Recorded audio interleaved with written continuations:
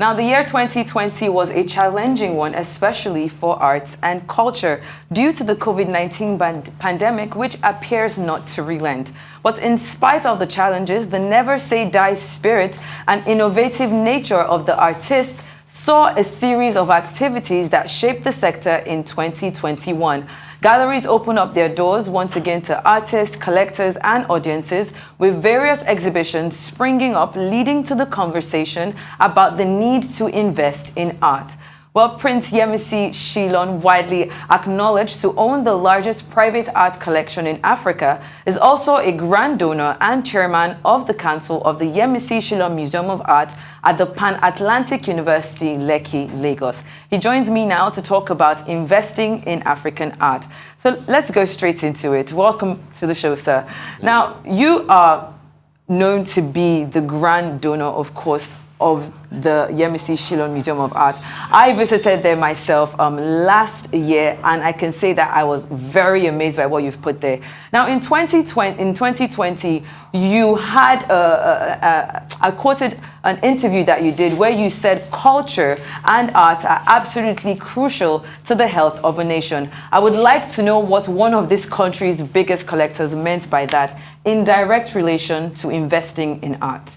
Well, culture is an important element for development in any nation. If you go around the world, let's take the United Kingdom, for example. They've spent a lot of money developing the culture of the English people. Go to the Leeds Castle, the Windsor Castle, the Buckingham Palace, and so on and so forth. You find that they've spent a lot of money to invest in their culture for the purpose of propagating their consciousness as to who they are, their history, documenting their way of life, and so on and so forth. So it's very important that nations should invest in their culture. Culture is about tradition, it's about customs, it's about literature, it's about language, it's about forms of government. It's about many, many things, and all wrapped up by art. Art tries to document culture.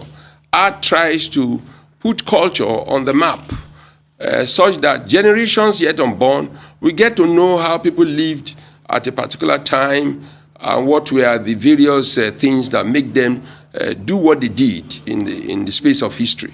So culture is important. An investment in culture is investment in hospitality. An investment in culture is investment in tourism. An investment in culture is investment in education. It spreads around many, many, many things in the world. And so sane countries spend a lot of money and their time in investing in culture, subsidizing museums. There is no museum in the world that runs on a profitable basis. It has to be subsidized by selfless people and organizations that make them work for the purpose of developing nations. It's so important. I mean, you've highlighted what all of these could easily transition to. So my next question to you is, how do you intend to use your influence as a collector and your collection itself to provide opportunities for Nigerian artists? Well, I have been doing that since 2007. In which I set up a foundation called Omoobaba Adedoyin Shyllon Art Foundation. That foundation has provided residency for local and international artists. I do the residency in Lagos, and I do the local one in Lagos, and I do the international one in Abeokuta. We've given Nigerian artists a lot of exposure to not only our museums, our institutions, academic institutions, our galleries, and so on and so forth. And we've also trained artists in the basic principles of investment, basic principles of marketing, basic principles of African art history that have gone to build great Nigerian artists, many of them that hitherto were unknown. People like Kesa Babatunde, for instance, went through the residency of Omoobaba Yemisi Adedoyin Shyllon Art Foundation. And also we have invested in helping PhD scholars who want to know about Nigeria's history, who want to know about Nigeria's art history and art. And I think all over the world, Omoobaba Yemisi Shyllon Foundation has helped to expose international scholars and local scholars to the collections of the Yemisi Shyllon Foundation that have helped to produce over 12 PhD scholars in Nigeria and abroad. Yeah, I definitely agree with you. I did mention earlier on in our interview that I personally have been to the Yemisi Shyllon Museum, and I can say I'm definitely one of the benefactors. 1,000 pieces that you donated over there. But let's change the conversation a bit, because I want to know your thoughts on this topic. Now, there is an ongoing clamor to return works to their rightful African homelands after being stored away for centuries by colonial administrators. And we saw an example of that in the return of the Benin bronzes from Germany. But some have argued, however, that it is not yet the right time. What side do you fall on, sir? Well, I believe we are not ready for it. I believe we should take our time and plan our house, put our house in order before we start receiving those works. And what I mean by this, I'm talking by virtue of my exposure and experience as being part of the management committee of the best national museum in Nigeria. And I did serve for about 3 years on a selfless basis, voluntary selfless basis. And I'll tell you one thing.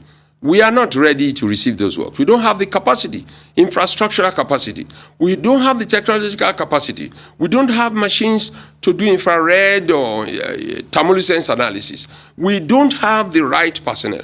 And worse still, our people, in terms of orientation, we look at these objects as demonic. We distance ourselves away from it. And it's not been held by the various propaganda from some institutions that refer to these works as demonic. And so, when you now say you want those works back, and at the end of the day, I want to ask how many Nigerians, adults, have visited our national museums? We have 45 of them in this country. When I was there, we did not receive much of adults. We were only having young children coming to visit from school arrangements. So the problem is we don't have the orientation. So what solution do I have? My solution is that we should walk a way around such that we are acknowledged as the legal title owners to these works. In other words, those who are holding those works will pay us annual royalty.